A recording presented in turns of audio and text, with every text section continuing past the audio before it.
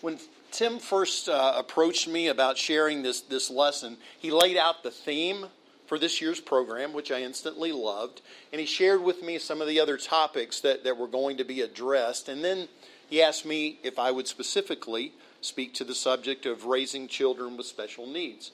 And I immediately said yes, but I asked for his permission to take some time and take some thought to massage and nuance the title of the lesson a little bit beyond the basic template, which was surviving this challenge or that challenge.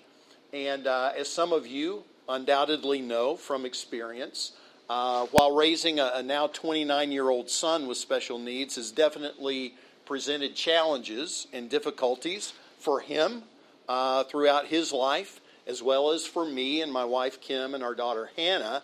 And while the phrase survival mode accurately describes where we've periodically found ourselves emotionally or physically, even given all that, raising Coleman isn't something that we feel like we have had to survive.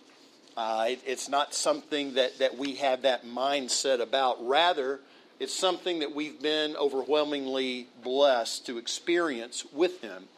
And throughout that entire journey, from day one until today, we've been borne along. We've been sustained by God's grace and His strength. We've been borne along and sustained by the love of our family, the love of our friends, the love of God's people, the love of our church family, and most importantly, I think we've been sustained by the joy that Coleman continues to bring us on a daily basis. So thank you for patiently listening to that long introduction and rationale and explanation for the title of this session, which is Sustained by Joy, Raising Children with Special Needs. And as you may experience in your family, you would understand exactly what I'm saying. I could easily just talk about Coleman for the next 45 minutes, 45 hours, if you were willing to sit there for that long. And I will be using part of his story, part of our story, obviously, but I want to weave into that story some principles, some information, some recommendations that may be encouraging to you, that will hopefully also help us minister to and support families with special needs children or with special needs adults in their households. And I want to start by reading a beautiful analogy for which I can take absolutely no credit. Some of you are undoubtedly familiar with this already. And we're indebted to Emily Pearl Kingsley, who penned this in 1987, because she is the mother of a son, Jason, who has Down syndrome. And it's that poem, Welcome to Holland. And any of you familiar with that? Welcome to Holland. It will sound familiar to you if you've heard it before. If you haven't, I hope it's helpful. But Kingsley wrote in 1987, I'm often asked to describe the experience of raising a child with a disability to try to help people who have not shared that unique experience to understand it, to imagine how it would feel. And then she writes, it's like this. When you're going to have a baby, it's like planning a fabulous vacation trip to Italy. You buy a bunch of guidebooks and make your wonderful plans. The Colosseum, the Michelangelo David, the gondolas in Venice. You may learn some handy phrases in Italian. It's all very exciting. After months of eager anticipation, the day finally arrives. You pack your bags and off you go. Several hours later, the plane lands. The stewardess comes in and says, welcome to Holland. Holland, you say? What do you mean Holland? I signed up for Italy. I'm supposed to be in Italy all my life. I've dreamed of going to Italy. There's been a change in the flight plan. They've landed in Holland, and there you must stay. The important thing is that they haven't taken you to a horrible, disgusting, filthy place full of pestilence, famine, and disease. It's just a different place. So you must go out and buy new guidebooks, and you must learn a whole new language. And you will meet a whole new group of people you would have never met. It's just a different place. It's slower paced than Italy, less flashy than Italy. But after you've been there for a while and you catch your breath, you look around and you begin to notice that Holland has windmills. Holland has tulips. Holland even has Rembrandts. But everyone you know is busy coming and going from Italy, and they're all bragging about what a wonderful time they had there. And for the rest of your life, you'll say, yeah, that's where I was supposed to go. That's what I had planned. And the pain of that will never, ever, ever, ever go away, because of the loss of that dream is a very, very significant loss. But if you spend your life mourning the fact that you didn't get to Italy, you may never be free to enjoy the very special, the very lovely things about Holland. And it was years after Coleman was born that I read that. I wish I had read that when he was born, or when he was 5 months old, when he received his diagnosis. And I know that may be a little optimistic for some people and some families and their experience, based on just how tough the struggle has been for them and their family. I know there's a parody of this written by someone who had a severely autistic child. The title of it was "Welcome to Beirut," and it was saying, there are other places that you can land besides Holland. And they were just trying to remind us that despite the joy, it's tough. That there are struggles, there are challenges. And so I want to do justice to both today, just full disclosure and just being honest about our experience. And hopefully it may reflect what you have experienced, or those of you who have friends with special needs, children or adults in their families.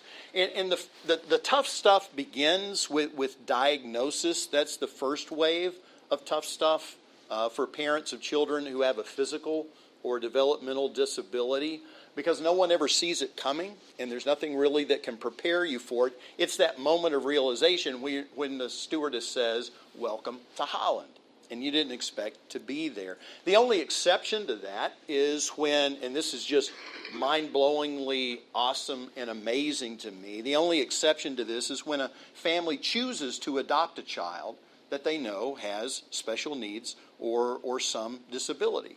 And so they see it coming. They sign up for that, and God bless you if you are among those families or are one of those families listening to this later. But for the rest of us, there's a point at which we receive the news that we never expected to receive.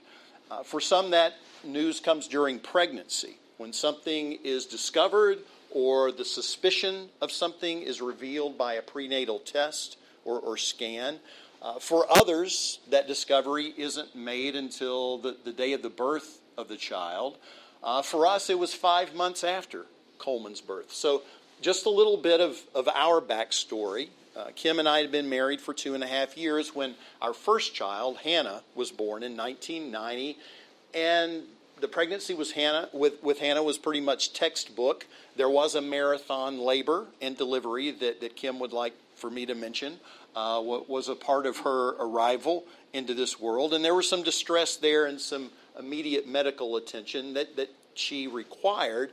But after that first hitch out of the gate, Hannah was very much a textbook baby. She was hitting all the measurable markers and milestones right on schedule. She was topping out on all of the percentages, on all of those charts that you have to that have to be filled out when they have those early appointments with the pediatrician. She thrived on mom's milk and poi. We were living in Hawaii at the time, and there's a picture of her in like a little baby moo-moo, and she looked like a very well-nourished little Michelin baby, with all the little rings, like she had rubber bands around her arms and around her legs. So, everything was as expected, as much as you can expect things. 2.5 years after her birth, we were blessed with the arrival of Coleman in 1993. And he was smaller at birth than Hannah was. He wasn't as active in the weeks and first few months that followed. He was developing a little more slowly than Hannah had, but nothing that was any cause for alarm. Nothing that raised any suspicions that anything might be wrong. He was only our second child, and we figured, well, kids are different, and they're on their own schedule, they're on their own timetable. The only noticeable problem was frequent fevers. He would run fever for 2 or 3 days every week. Kim would take him to the local pediatrician, blood would be drawn, they would do a CBC, a complete blood count. They would call it fever of unknown origin, prescribe a broad-based antibiotic, and send him home, and we'd be back 2 weeks later, with more fever. Not being satisfied with that, after just recurrence after recurrence after recurrence, she took him to a nearby town, the town in which he had been born, where they finally did a differential with the CBC and broke it down into its various components of white blood cells. And it was discovered that he had a 0 neutrophil count. I had no idea what neutrophils were. Didn't know they existed. Apparently, they make up 40 to 70% of your white blood count and are part of the backbone of the body's immune system and the body's resistance to infection. This was alarming. He doesn't have any in his bloodstream. And let me just pause here to briefly mention the importance of immediate emotional support and spiritual support and prayer support. When the call came from the pediatrician that the lab results had come in, I was in Nashville at a graduate class at Lipscomb. And this is 1993, so we don't have cell phones or anything like that. I wasn't going to get home till about 9 o'clock that night. And when I drive up, we lived about 50 miles south of Nashville. I drove up and I was like, what is going on? The street on both sides was full of cars. The driveway was full of cars. And I walked into a house full of people that we knew, people that we loved, part of our church family. And they had come to pray for Coleman. And I was catching up all of this, when I walked in the door. And we had been referred the next day to Vanderbilt University Medical Center, and all we had was questions. We were a long way from any answers. All we had was questions. And so that immediate prayer support was there, and we wouldn't be where we are if it had ever stopped. That's been a constant blessing for us, is the support of God's people around us. The test results at Vanderbilt revealed that Coleman had chronic neutropenia. His first bone marrow aspiration that was done there, and he would have numerous bone marrow aspirations over the years, but his bone marrow contained neutrophils. They were being produced in his bone marrow, but once they hit the bloodstream, they died. They just wouldn't survive. And so they told us about this incredible new drug that had just come out called Neupogen. It was developed as a follow-up to chemotherapy. Chemotherapy wipes out everything, good cells, bad cells. And so Neupogen supercharges white blood cell production. And they said, you're just going to have to give him an injection every other day indefinitely. And he may grow out of this. His immune system may kick in. Don't want to throw out a spoiler alert so early, but about age 8 or 9 that happened. But for the first 8 or 9 years of his life, we gave him a Neupogen injection every other day. Only periodically have those numbers. Actually, he was mildly neutropenic last week, but didn't require an injection. But during that first hospitalization at Vandy, after we were trying to wrap our brains around what neutropenia was, the infectious disease specialist mentioned that a team of doctors from the genetics department would pay us a visit later in the day for an evaluation and a consultation. And we were just confused. Why would genetics be coming in here? We've got a sick baby with a blood disorder. We just had no idea, and we were deeper into confusion. So it was the next day that we were told that Coleman had been diagnosed with Dubowitz syndrome, Dubowitz, and we had never heard of it either. Nearly everybody on the planet hasn't heard of it. It's a rare genetic disorder, extremely rare, less than 200 cases reported worldwide. Diagnoses are made by clinical observations and characteristics. There's no chromosomal marker, as is the case with some genetic disorders. It was named for a British neurologist, Victor Dubowitz, who classified the syndrome in 1965. And so with that news, we were handed 2 photocopied articles from medical journals about Dubowitz syndrome.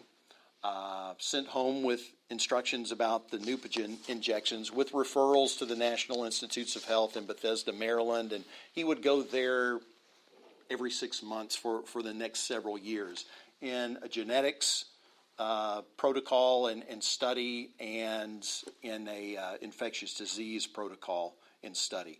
Dubowitz syndrome has a band, like a lot of syndromes, it has a bandwidth of characteristics, and no one person with Dubowitz syndrome has all of them. For Coleman, Dubowitz syndrome manifested itself in microcephaly, small head circumference, and that was one of the telltale signs. Dubowitz individuals are typically in the second percentile.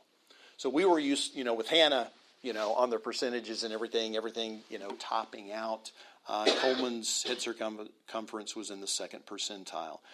Pervasive developmental delay, small stature, mild to moderate mental retardation, and that's been he's nonverbal. So testing there is very, very difficult. Ptosis of the eyes, droopy eyelids, eczema, which you think, what would a skin problem have anything to do with a genetic disorder? But that's one of the characteristics. And language difficulties. Persons with Dubowitz syndrome who are verbal are reported to have a soft, high-pitched voice, but while Coleman can make a very, very high-pitched E sound, he's never spoken, other than he can make a "m" sound. And you put two of those together, and it's the most beautiful word in the world, to his mom. He can say mama. Coleman, who loves you, mama. And he can put three of them together for his grandmother, who just passed away, sadly, last month. And then at NIH, when he was 4 years old, he was also diagnosed with autism. But as daunting as all that sounds, the hard stuff early on wasn't related to developmental challenges at all. It was just keeping him alive and with the neutropenia. In 1994, his second year of life, he was hospitalized 8 times with pneumonia. And because of the compromised immune system, he would always pick up something else in the hospital while he was there. RSV, rotavirus. If you know what that is, you agree it is from the devil. You don't want it. We had a chain of 23 people one time that picked up rotavirus after one of his hospitalizations. But looking on the blessing side of it, he was born in 93. Neupogen just hit the market. It was approved by the USDA for treatment of neutropenia in 1991.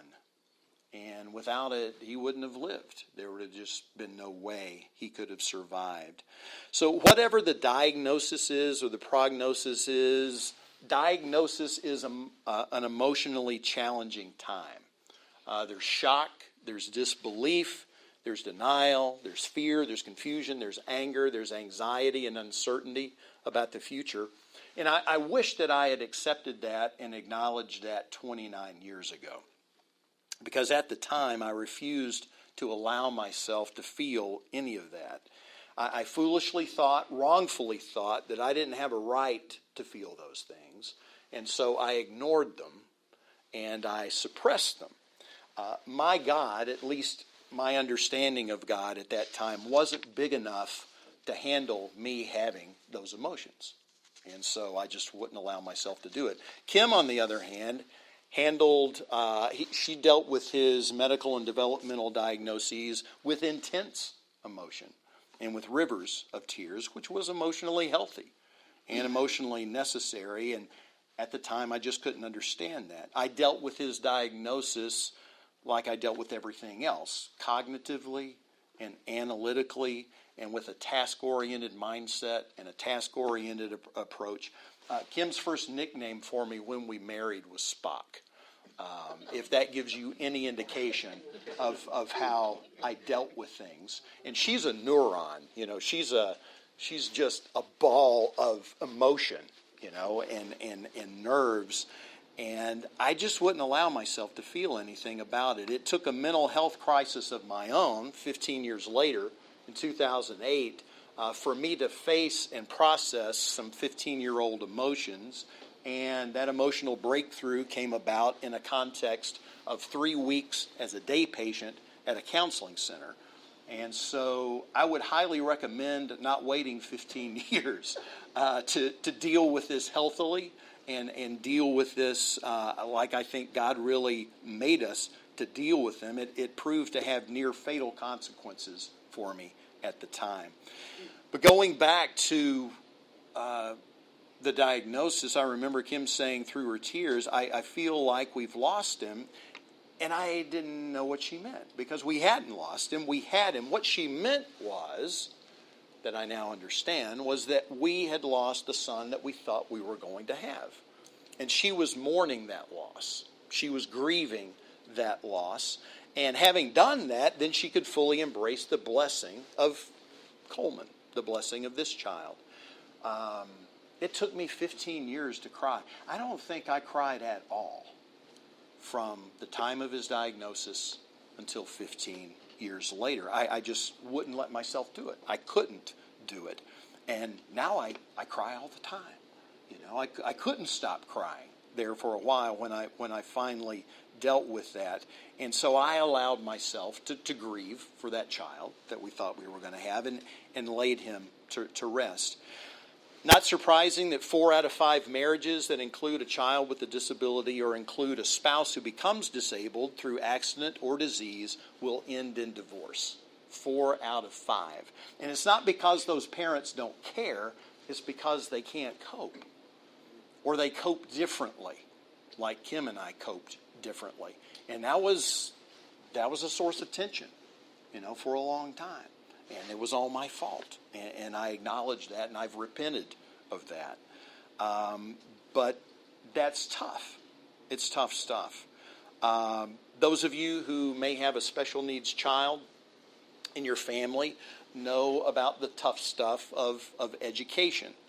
And he started getting physical therapy, occupational therapy, speech therapy at Cerebral Palsy Center in Florence, Alabama. Then when we moved to Dallas in 97, started going to the Easter Seal Center. And then from the PPCD program, the preschool program for children with disabilities, on through elementary, middle school, high school, to aging out and graduating from Union High School at age 21 in Tulsa. He was in special education. And you may be well familiar with those ARD meetings, annual admission review and dismissal meetings, and the development of the individualized education program or plan, the IEP. And parents want the best for their child and as much individual attention as possible to help their child learn and thrive. In reasonableness, we understand that staffing and funding is finite and that there's only so much funding and staffing to go around. And so in trying to balance those, it's a really delicate and intricate dance between us as parents and the school, administration, teachers, special education, superintendent, and so forth.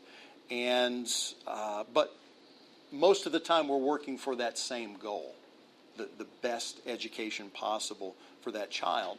But those can go from emotional to tense to intense to contentious at times. If you or someone in your family is a special education administrator or teacher or aide or bus driver, thank you. If that's you. If you have a family member who fills one of those roles, thank them for me. Our family in Coleman were greatly blessed by your heart, your compassion, your commitment and care for special needs children. There's the tough stuff of balancing the needs of other siblings. And so much time and effort, resources and attention are required by a child with special needs that we really have to be intentional about making sure that another child or other children in the family don't get lost in that shuffle. They need to know unconditionally that they are no less special, no less loved, no less important or valued, and that needs to be affirmed and validated in their experience. And Kim and I certainly didn't do a perfect job of that, but it wasn't for lack of trying. We always tried to make sure that Hannah didn't miss out on things just because of circumstances that were beyond her control and our control and Coleman's control. But one beautiful thing about that is, more times than not, if it was going to involve doing something that Coleman couldn't do, she would opt not to do it and would ask that we do something that all of us could be involved in. The completion of school is a stressful time. Up until he was 21 years old, he was in a routine of going to school. After that, then what? Depending on what abilities as the young adult with special needs has, there may be opportunities for employment or some kind of vocational rehabilitation, but not the case with Coleman. Day activity centers for adults with developmental disabilities are rare. There's just not a lot out there. We visited a place in Tulsa on Monday that was surprisingly encouraging, that we felt good about, that may be a possibility for him. Whether we've tried some other things and just didn't work for him. And there's some horror stories there that I won't go into. But Coleman needs that for socialization. Kim needs time for the same. I haven't even mentioned to this point that Kim has lupus and rheumatoid arthritis. So, like I said, tough stuff. We don't have the luxury of tough stuff just, one at a time. Sometimes it does come in bunches. We knew when he turned 18 we would need to get guardianship, but we never really thought about it till he was about 20 and was going in for some dental work, and they asked for the guardianship papers. And we said, what? It's just surreal standing before a judge making a case that you're the best qualified people to care for this individual. But we jumped through that hoop. And then the tough stuff of maybe reaching a point when you're no longer able to care for your child. And we just know some heart-crushing, heart-rending situations where there was just too much risk involved for the child or for the family. And that's such a difficult threshold to cross. Not just for maybe a special needs child or special needs adult in your family. Maybe it's a spouse because of dementia, Alzheimer's, something like that, or a parent that you get to that point where you realize, regardless of how much I want to, I can't provide what I need. That's tough. There's the tough stuff of daily care, and I'm going to transition pretty quickly because I want to talk about the joy of this during most of the remaining time that we have. But if this situation, if you have this situation in your family, you know what I'm talking about. There's just ongoing daily care that has to take place. We have to bathe Coleman, shampoo him, dry his hair, shave him, help him with dressing, help him with feeding, and someone has to be with him all the time. We don't hover over him, but he can't be left alone. And there's so much that we take for granted in verbal communication, in nuance of meaning and detail of meaning. And there's so much he just can't communicate to us. And he does use some adaptive sign language. And it's not strict ASL. He doesn't finger spell, and he multi-uses some signs, but he's got some incredible communication software on his iPad that he can communicate with us. Used to be on a Dynavox augmentative communication device. Now it's on an iPad. But when he had COVID, just a little later than this, 2 years ago, he was such a sick little guy. And I had it at the same time, but I could complain about it. I could tell you exactly how awful I felt, and he just didn't have the ability to tell us that. We just had to go off his fever level, lethargy, and stuff like that. There's ensuring for his care after we're gone, and that's so counterintuitive, but you have that realization. I don't want my dying thought to be what's going to happen to Coleman. How's he going to be cared for? And that's where I get to cheat a little bit and share a thick slice of the joy, the the sustaining joy of this, and that's the blessing of his older sister. She's always been a natural nurturer and protector. She's an oncology nurse now in Amarillo. She was always like a third parent to him anyway. And she's told us for years, don't worry, about Coleman. I've got him. She and Reese have been married for 5 years now. When they were starting to get serious in their relationship, she told Reese, he had already been to Florida with us on vacation. He knew Coleman really well. And she said, before this relationship goes any further, you just need to know that if something happens to mom and dad, or if they get to where they can't care for him, I've got him. And if you're okay with that, great. Let's keep going. If you're not okay with that, there's really no need to continue. And that she didn't tell us that until a few years after they married. But we are blessed. Let me just share a few things with you. That's his last day of school. That was such a happy day. He loved riding the bus. I mean, he absolutely loved riding the bus. And so it was a milestone, but then you have that thing of, okay, now what? Now that he graduates. That's us, and that's mom and Coleman and sister, and this is Hannah. And that's the way she's been with him throughout their lives. I mean, just the two of them together. And that has been such a blessing, and it gives us such peace knowing that she wants to help take care of him if it comes to that point. He just had his 29th birthday 2 weeks ago, and I can honestly tell you, and Kim is way okay with this, she has accepted it, out of 7.9 billion people on the earth, Coleman is my favorite person on the planet. And she's okay being number two. She's learned to live with that. But he is absolutely my favorite person on the planet.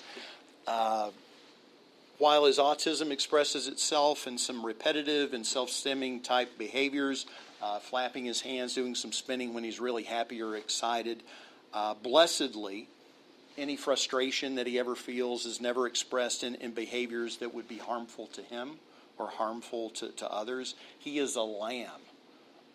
He is affectionate and gentle and sweet and clever and sneaky, and he initiates interaction. Some of those sneaky ones, I guess. So sneaky. And not only does he make eye contact, if he's trying to get you to understand something that he's communicating and you're just not getting it, he will stare a hole in your soul. He will not blink. He will just stay locked in and keep signing it. And you can just hear the wheels turning. It's like, come on, Dad. I know you know this. I know you know this. Dig deep. Remember. Try hard. And then he's so pleased when you remember.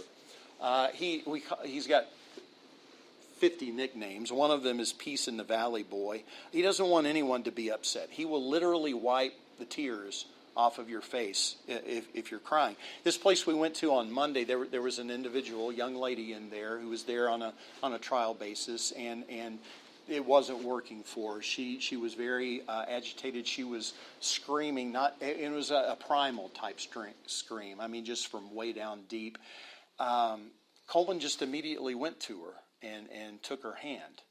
And he knew something was wrong, and he wanted it to be better. Even Coban, when you come back from getting lab work done or a blood donation, you got Coban wrapped around your arm, he wants it off. Anything medical, he wants to fix it. He wants to make it better.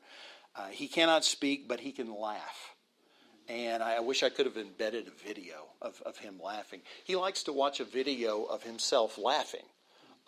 And Kim filmed him one day laughing hysterically about something and just laughing all over himself. And he gets her phone, and he can hijack her phone, my phone, any electronic device he can work his way into. And it's amazing, even as going through puberty, his laugh dropped an octave. So now he's got a little man laugh rather than the little boy laugh. Loves watching videos on YouTube. He graduated, technologically from VHS tapes to DVDs. Now everything's on YouTube. All of his favorite Disney stuff and Veggie Tales. Therapeutic horseback. and thinking, when we found out we were going to have a son, I'm thinking, okay, we'll play basketball, we'll play tennis, we'll go fishing, we'll go hunting, we'll go to the range, and we'll shoot, we'll do all these other things. And you just readjust to a new set of expectations based on reality. So therapeutic horseback riding has been a staple for him. This was when we were still in Texas. We lived in the Dallas area for 12 years. This was up near Denton. And this is Lollipop, a halflinger. It's like a shrunk-down draft horse. It's a smaller breed of draft horse. We got up to the Tulsa area, and he met Jethro, which is a Belgian. Just this massive, massive animal. He's still afraid of small animals. Cats, dogs, doesn't like those running around. Doesn't like to be on the ground like feeding a carrot or something, but he will stay on the horse all day long, as long as he'll ride. They were trying to get him to stretch his back. This is just a girth strap with a couple of handles, and they were trying to get him to stretch his back and ask him to lay down. And he laid down, and he wouldn't sit up. We made laps around the arena with him laying flat on this horse's back, and that's just kind of like the way we there are some things we don't do. There are other things we do. We gotten back from a family vacation like in 2011 or something, and she said, you and Coleman need to go on trips. Y'all just need to go on man trips together. So we've made 2 trips to St. Louis, go to a Cardinals game, go to the zoo, other things that I think he might enjoy. And he loves the beach. The beach is his happy place. So he doesn't swim, but he doesn't know that he doesn't swim. And, there are things that he's worked through so many fears, car washes, vacuum cleaners, hair dryers, balloons, still terrified of balloons. Don't get a balloon near him. But, we got to really watch him, when we're there. What you can't see in the picture is me right over here, making sure he doesn't go out too far. But the part of him that loves things that are repetitive, God put this thing in the ocean. It's a wave machine. And after one comes in, there's another one, and another one, and another one, and another one. And it never stops. And you got to drag him out of the water. You've literally got to drag him out of the water. So when you get him on the beach, out of the water, Sea Turtle Boy is one of, because look, I mean, this is it. You get him up there, you put him under the canopy, you get him in the chair, and he acts like you can't see him. He just slides down onto the sand and just plays around in the sand, and then the scooting starts. And he'll scoot all the way down to the water.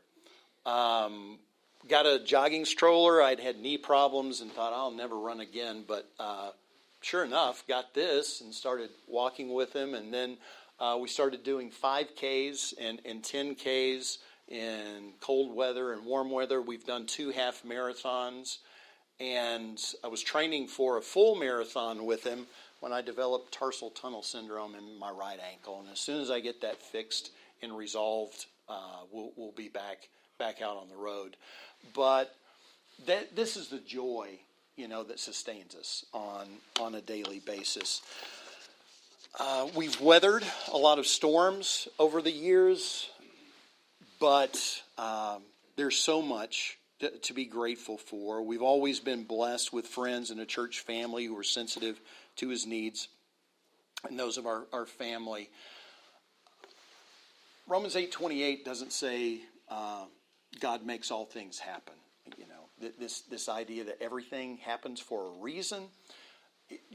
That quote came from Marilyn Monroe, interestingly, in the 1960s. It was Marilyn Monroe who said everything happens for a reason. Scripture doesn't say that. What Romans 8:28 says, that God causes all things that are to work together for good. Doesn't mean that God... Coleman was born with this genetic syndrome because we live in a fallen world. We live in a broken world. The beauty of God is, and the beauty of Romans 8:28 is, God says, you let me have that. You let me have any challenging circumstance or any sequence of challenging circumstances, and I'll show you the beauty that I can bring from brokenness. I'll show you the joy and the blessing and the doors that he has opened with other people has just been incredible. So that's why I just couldn't title this Surviving Raising Children with Special Needs. We've been blessed to experience raising a child with special needs. Not without its struggles, not without its challenges, not without its tears, not without its hardships, but definitely sustained by joy, sustained by God's strength. One of the things so I got you're going to get out of here right now, 2 minutes till. I didn't even get to all the spiritual lessons we've learned through him. I'm going to write a book called The Gospel According to Coleman one of these days. Hope to get it published. James says you don't have because you don't ask. Coleman asks all the time. He believes that if you ask, you'll receive. And he signs hamburger and he signs soda constantly. And if you tell him no, that's okay. He'll ask you again 30 seconds from now. And a minute and 30 seconds from now, and 3 minutes from now. He'll just keep signing hamburger and soda, even after you're leaving the restaurant where you just had a hamburger and a soda. So in honor of him, I want you to be at the front of the line, the front of the lunch line. So we're going to wrap up and dismiss you to go get some lunch and have lunch on Coleman today. Thank you for being here. God bless you all.